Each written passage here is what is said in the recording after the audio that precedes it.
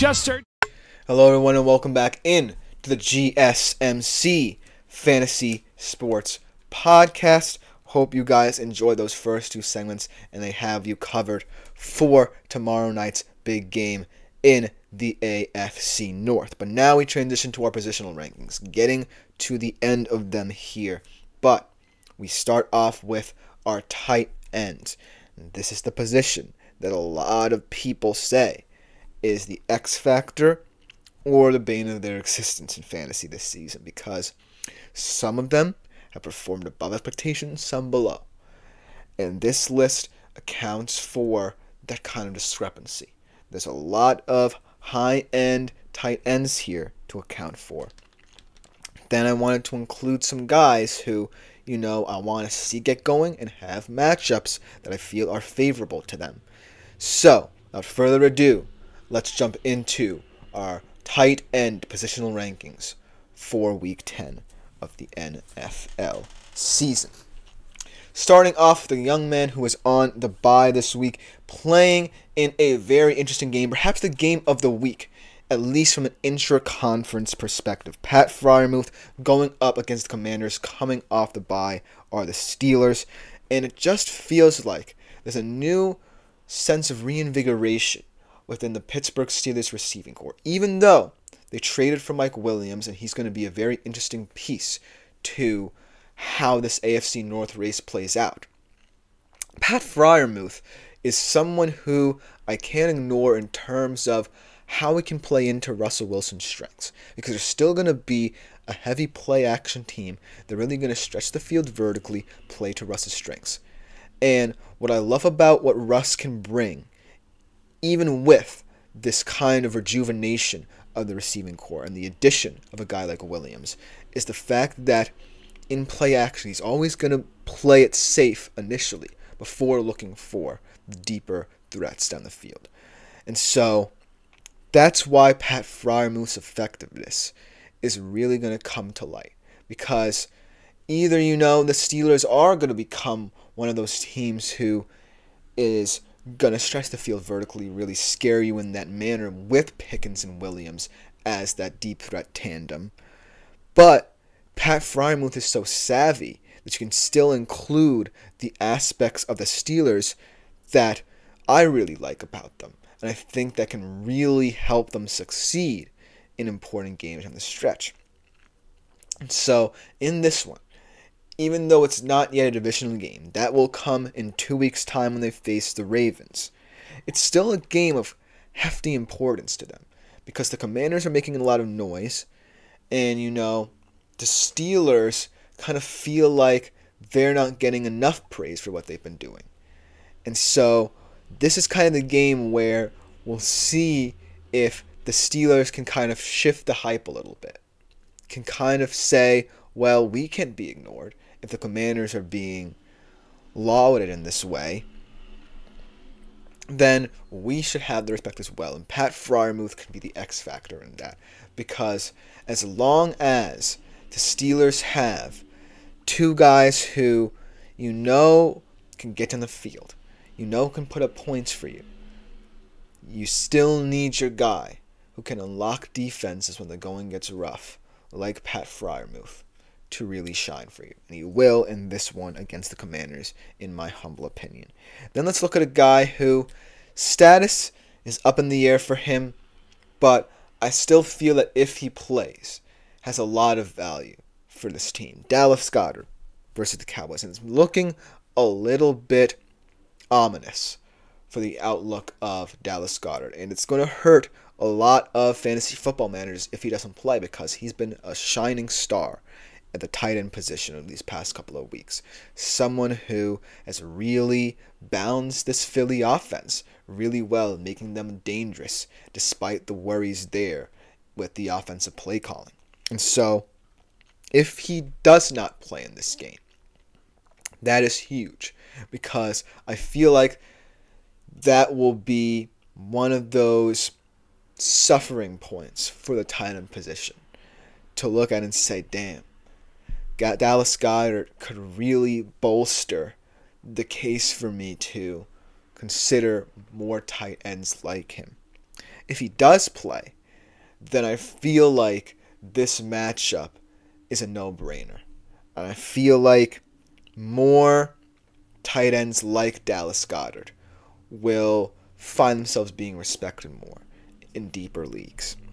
And so his health is paramount to how I feel about him headed into this week, and it should be with you as well. But his status could really define how we view that middle tier of tight ends. If we feel that they can't be relied upon, whether it be because of injuries, offensive struggles, things of that nature, then I feel like we're not going to place much emphasis on a position that's slowly kind of losing its charm here in the fantasy world. But if a guy like Dallas Goedert can really kind of step up, then there's hope for the tight end position to really expand its base to a much broader scale. Because right now, I kind of feel like we're stuck between the elite and the average at best. And so that's what Dallas Goedert might have to bridge this week. That divide between our standards and what we should be expecting from certain tight ends week in, week out.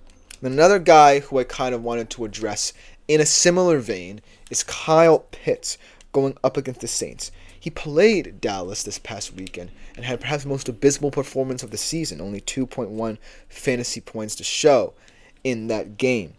And so, looking at that from that perspective, I kind of feel like the two guys who I've just mentioned, Goddard and Pitts, kind of represent the initial kind of thinking we get from the tight end position this season.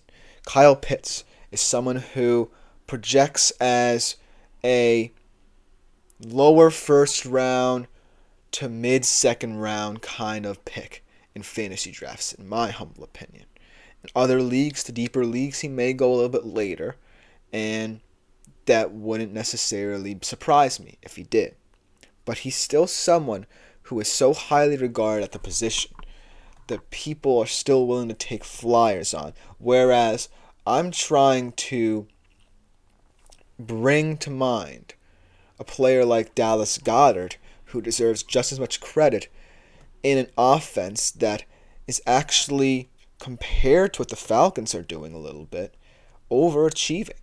When I look at the Eagles compared to the Falcons, there are more questions, in my opinion, surrounding the Eagles. But if you look at the Falcons, they really haven't done a great job in really getting the best out of guys like Pitts in this team. And they've suffered for it, whereas the Eagles, they're more suffering in certain situations because of the ineptitudes of Nick Sirianni as a play caller. And so, in that kind of tier here, that I'm expanding to include a guy like Dallas Goedert, would you rather rely upon a guy like Kyle Pitts over Dallas Goedert in a similar game? In fact, a game in which both teams will play against the Dallas Cowboys after this week, and say that, well, Kyle Pitts felt like the better pick for me because, he's the better tight end. It doesn't necessarily work that way sometimes. But in this matchup, I'm not trying to indict Kyle Pitts because he's still, at the end of the day, a very, very solid tight end. And against the Saints, he's going to prove, because the Saints, this one was much more matchup oriented. Against the Cowboys, it was kind of up in the air because, these were two teams coming in with kind of similar situations. The Falcons felt a little bit further ahead. And then obviously, with the injury to Dak Prescott in the middle of that game, it was very clear that the Atlanta Falcons were going to win. This week, I feel it's even more clear because the Saints just feel like they're in free fall right now. and just feel so safe to pick someone going up against them, in this matchup. So, as much as Kyle Pitts has had his pratfalls this season, in certain matchups, he's still someone who figures prominently. And then the last guy I want to talk about is a guy who is kind of in a weird place right now, because he was seen as perhaps the cream of the crop at the tight end position. Perhaps the tight end one in most leagues. And not for nothing, but he is in an offense that prides itself on its diversity and versatility. So, we don't necessarily know how Sam Laporta is positively or negatively affecting fantasy football as a whole, and most importantly, the tight end position. Last week, he only had 4.8 fantasy points against a divisional opponent in the Green Bay Packers, and that could be worrying to some people. But he's still an elite tight end, like I said. And I don't necessarily feel like the Lions will always predicate themselves on being an either-or team. They're going to have to, at some point stick to one game plan, because the playoffs are a different animal, and certain games are a different animal. And this week against the Texans, I kind of feel like more pressure's on them than Houston, even though Houston has a lot of deficiencies to cover for, a lot of injuries to account for as well there. And so Sam Laporta is someone who I really appreciate at the tight end position, no matter how horrible or stupendous he has been this season. And in this game, I feel he's going to prove his value in more ways than one. Even if he's not, targeted as much as you like, he's still an important factor for Detroit Lions, and that is why he rounds out my weekly tight end positional rankings. But coming after this short break, let me know what you think in the comments about this one. We will have our final positional rankings with our defense and special teams units to monitor for Week 10. So don't go anywhere. We will be right back.